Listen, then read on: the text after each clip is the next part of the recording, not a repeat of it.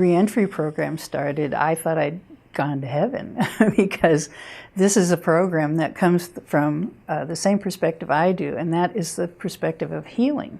Reintegration into the community is very difficult, and so our approach has been one where we ensure that we are available on a level perhaps that other reentry programs don't really do. Case management is intense, and people become friends.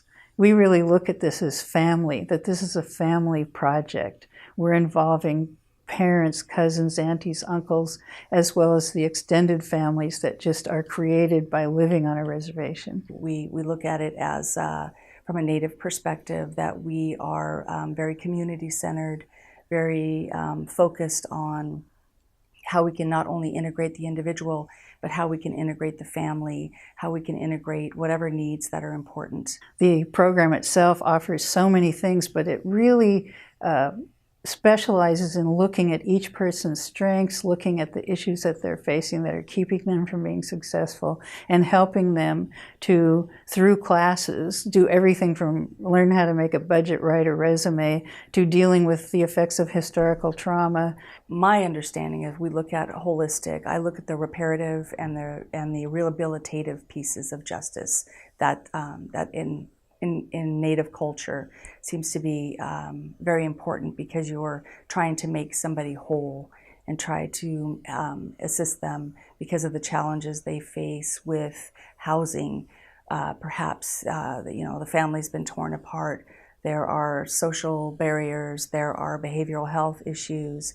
There are so many instances when someone comes out of incarceration that just that need to be addressed. One of the things that I love about the reentry program is the way that it incorporates culture and spirituality. And this is what I think makes it different in a tribal community than maybe what a reentry program out in the other communities may look like, is that we can really look at the culture of the people here and find the strength that they need, find the opportunity to collaborate, to bring people together. Through laughter, dancing, singing, all the things that were indigenous activities were what healed them for thousands of years from trauma, and we're now just discovering that. And in that continuum of care that we provide here at Port Gamble and Reentry Services, the caseworkers work very hard to ensure that they meet those needs and that they walk alongside the participant, not just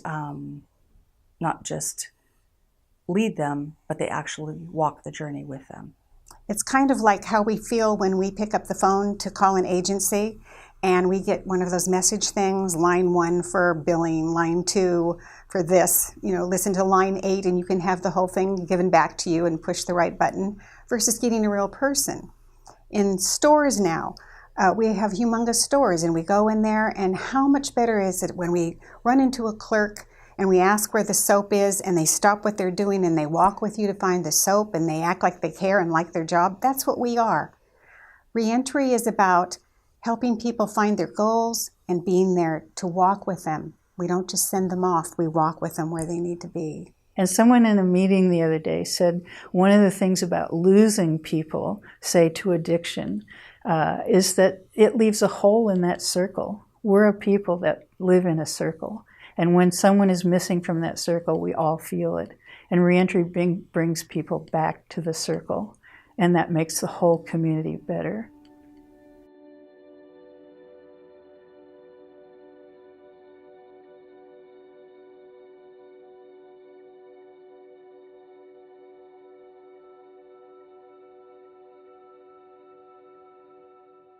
So I remember this experience vividly. It was a couple years ago when we were first starting out our reentry program. And this came at a time where Regina and I were really looking at how to develop this program. So we were researching, we were going around the nation, taking every single conference we could. We were reading a lot. We're putting in countless hours of how we could figure out how to reduce recidivism and how we could work with those that are struggling with addiction and bring them from hopelessness to hope. So we had dumped tons of time into this, and really looking at evidence-based practices, best practices, and then I get a text.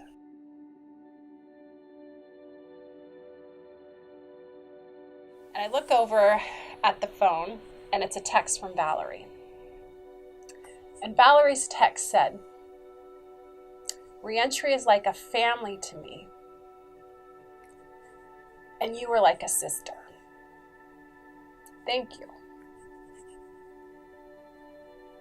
That was a defining moment for me, because what that said to me was the most important thing about this reentry process is family, connection, non-judgmental attitudes. Bringing people from hopelessness to hope is about being able to genuinely and authentically connect.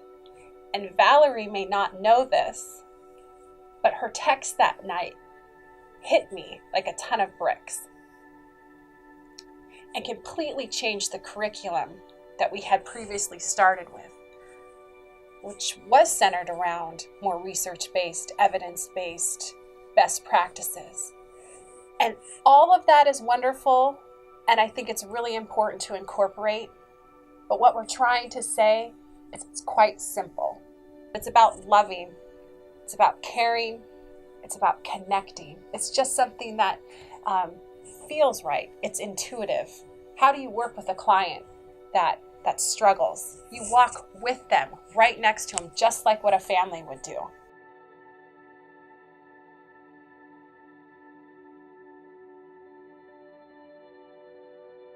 I'm so thankful for her text that night, because what that has done is actually brought results. And it's not because of the evidence-based practices that we've infused in this program. It's simply about considering all of our clients family.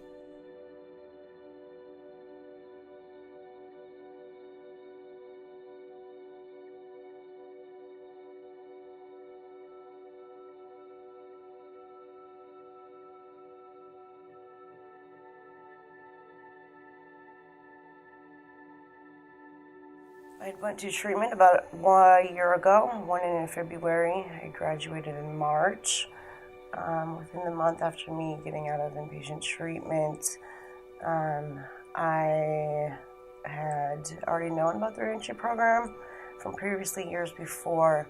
I went back up there to see if I can get back in, and I was accepted, thankfully. Right away, they was able to help me get into a job position.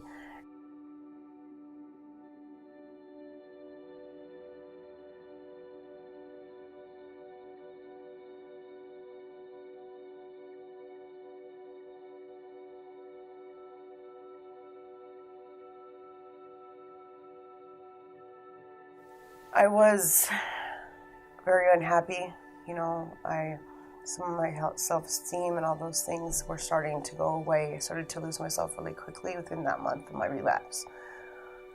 Here, somebody comes pounding on the door, and I was trying to sleep at the time, and I opened the door, kind of irritated, like who's pounding on the door right now? And I opened the door, and there was my case manager, Sheree and Janelle. They had came and found me to check on me and see how I was doing, and to tell me that they were there for me, and to let me know that I could still come back, and that they care about me and they wanted to check on me. And to have somebody come and find you when you're in that part in your life of just unhappiness that went really quick. Like I started seeing things, where I didn't want to be. But with having them come and knock on the door and come find me and show me that they truly do care and that they really are there for me, and let me know, that I can do it, and from then on they were texting me and checking on me. I had ended up, pulling it together and able to come out of it. And once I felt better and was done detoxing, and I went back into the office, and there was no judgment passed. They were there just like they said they would. You know, I didn't get kicked out of the program, and having this love, you know, the connection with everybody that works there, with all of us people that are in the program, you know, feeling the love and feeling, you know, the true compassion that they have for all of us was amazing and has helped me along my journey. Fighting through her addiction and being able to not only have a second chance, but having a second chance with reentry really helped Valerie with not only herself, but working on her addiction as well.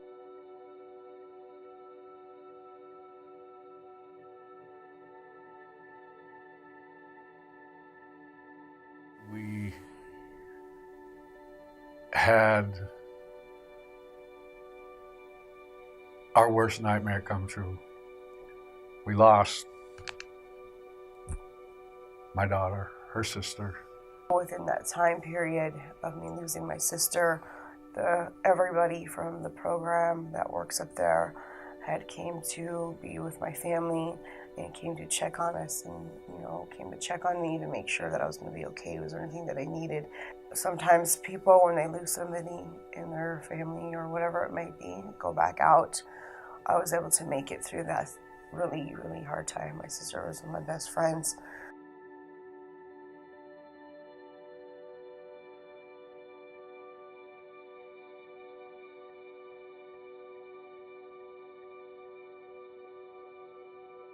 Sitting with these clients, you know, right now and being able to help out my people is a blessing. You know, I found my passion in my life, and this is, you know, I'm right where I want to be. So without Valerie and her boys and Mom and the community, it wouldn't be so easy. But I really believe Valerie loves her community. Valerie loves her people. And that's where she wants to be, what she wants to do.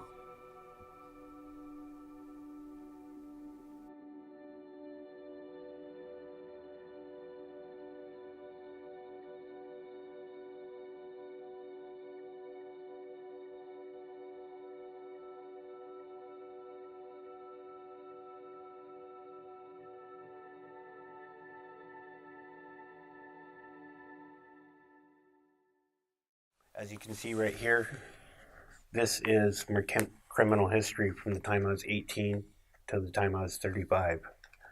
It's a lot. This is recidivism at its finest. I was one that had lost all hope in myself. I saw myself as nothing but a felon and a failure. It's funny that we were doing this interview thing today because I had to write an essay in my English 101 class for this subject. The essay is called There Is Hope, and I'd like to read it for you to give you a little bit more of my story. So there I was on the 3rd of June 2013, heading to Spokane, Washington for my third inpatient treatment center for my drug and alcohol addiction. The trip was all a fog. I had been up all night feeding my addiction for the last time. I remember the ferry ride over to Seattle where I got on the bus to Spokane, wondering if I'd get it this time, or would I just go out and return to insanity. I was 36 years old and had been living in the hellish world of addiction since I was 13. In and out of jail since I was 18, never out for more than a year. I had been booked into the local jail 35 times since my criminal career started. Would I stay out, or would I be into the statistic of the recidivism rate in the U.S.?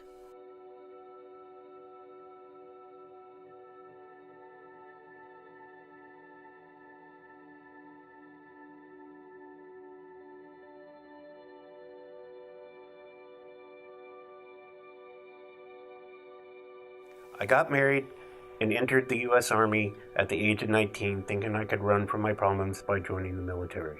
Boy, was I wrong. All the military did was help feed my addiction, and I ended up getting discharged for patterns of misconduct.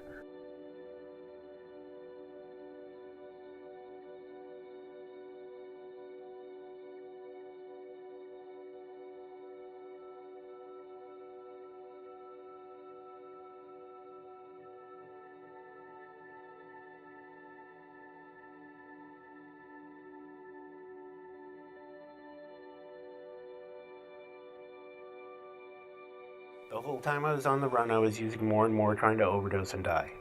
That is how far my addiction had taken me, to the point of not wanting to live anymore.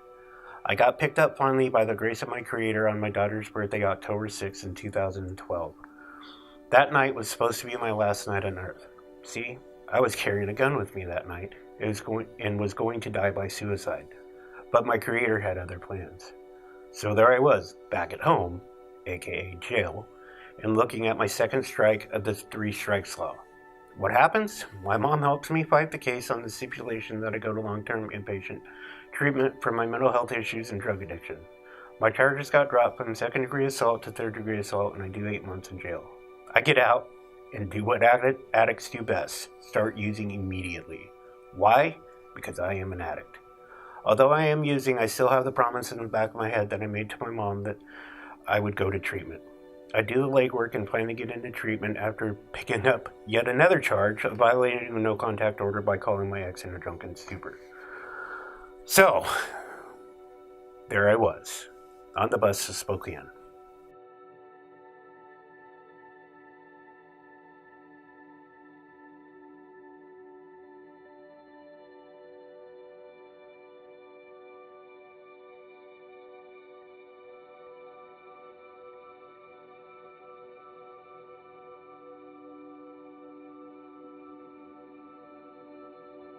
That's my story. There's hope. Just got to look for it and reach out for it. My hope is that one day addiction won't be so prevalent. We're losing too many of our people, too many of our brothers and sisters to this disease, and it's not necessary. So thank you for your time.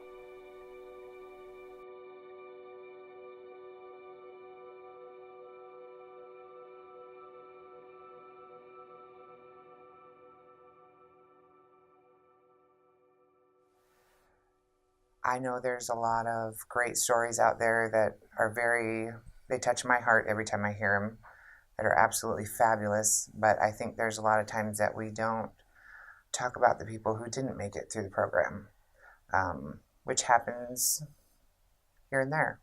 One of the stories that's really touched my heart and kind of broke it actually was a client that I had. I actually had to have him arrested outside of our building. He was a heroin user every single day. Came in with track marks, bruises, all of that. Very thin, very frail, lived on the beach. Tried as hard as I could to help him, to make him want that sobriety, but he didn't. Got him into detox several times. He left every single time with every excuse that you could imagine. He looked at me when I had him arrested, and he had tears in his eyes. He said, "Cherie, what are you doing?" And I felt horrible, just the knot in my stomach. I just looked at him and I said, "When you started this, you said, Cherie, I'm putting my life in your hands." And so I explained to him that I need to put you in jail, not because I wanted to. It was the only safe place. Somebody detoxing in jail is not the way to go at all. You're left by yourself in a cell. You're sick. You're dehydrated. You have nausea. Everything you could possibly imagine. I ended up seeing him in court, actually, that following week. And I still went and sat by him, and I got him a coat because he was freezing from being dope sick. I bought him a Sprite, and I just sat there and rubbed his back. during the whole court process because I still cared about him. I still wanted him to have that sobriety, but again, he still didn't want it. He said he wanted it.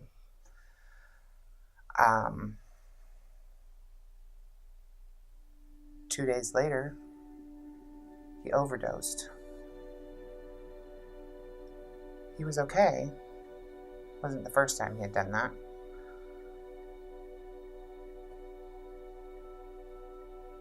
But as hard as I tried, he just went right back out on the streets and continues to this day to do the heroin every single day. I still keep in touch with him. I still text him periodically to make sure he's still doing okay. But he hasn't hit that wall yet, or that rock bottom, as they say. I don't know if it's fear of being sober, fear of failure, what goes through his mind of why he can't just make that leap into sobriety.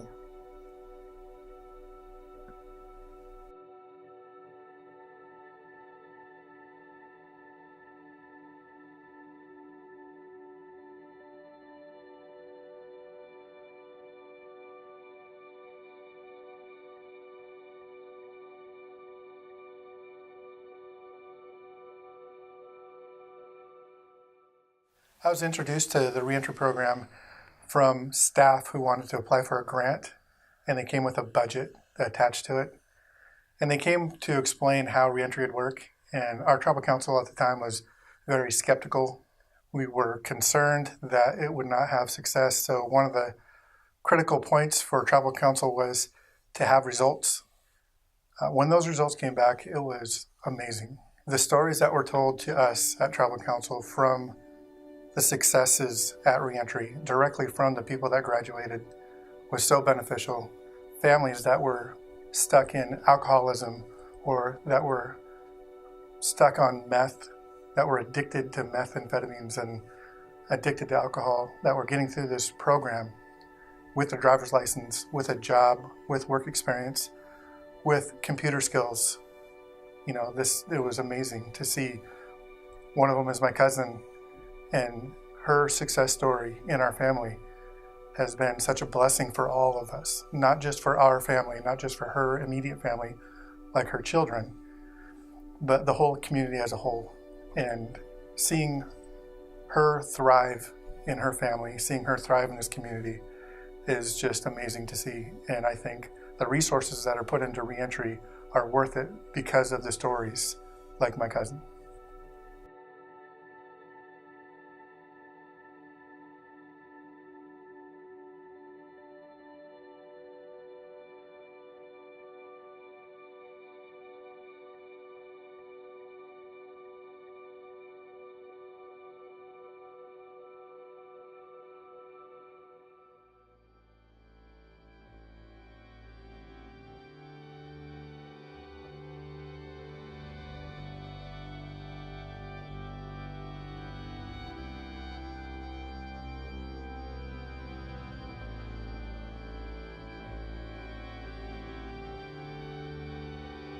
We've been despised, minimized, colonized, and sterilized. We've been jeopardized, merchandised, and disenfranchised. We've been oppressed, suppressed, and depressed. They tried to terminate us, totally eliminate us. No matter what they tried, we survived. Felt cursed the day we were born, babies from parents torn. Our children's hair was shorn, then told we could not mourn. Our language all but gone. God knew that all along. He'd give a spirit song to make our people strong. It's been a holocaust, and many lives were lost. No matter what the cost, our ways they won't exhaust. We have a motivation in every situation, on every reservation, to stand for truth. It's our salvation. Back in the days of old, this story was foretold. We would be bought and sold, yet our ways shine like gold. We have an enemy, he's one we cannot see. His color's always been invisibility. He tried to drug us, dope us, addict us, He robbed us blind, then he tried to convict us. But now revival's come. We hear it in our drum. The message loud and clear, deliverance is near. We give a sacred cry, our ways will never die. We walk the holy path and heal the aftermath. We are the 7th generation, spoken of by sovereign nations. We've been pressed down, but not forsaken. Let there be no mistaken. We have been reawakened.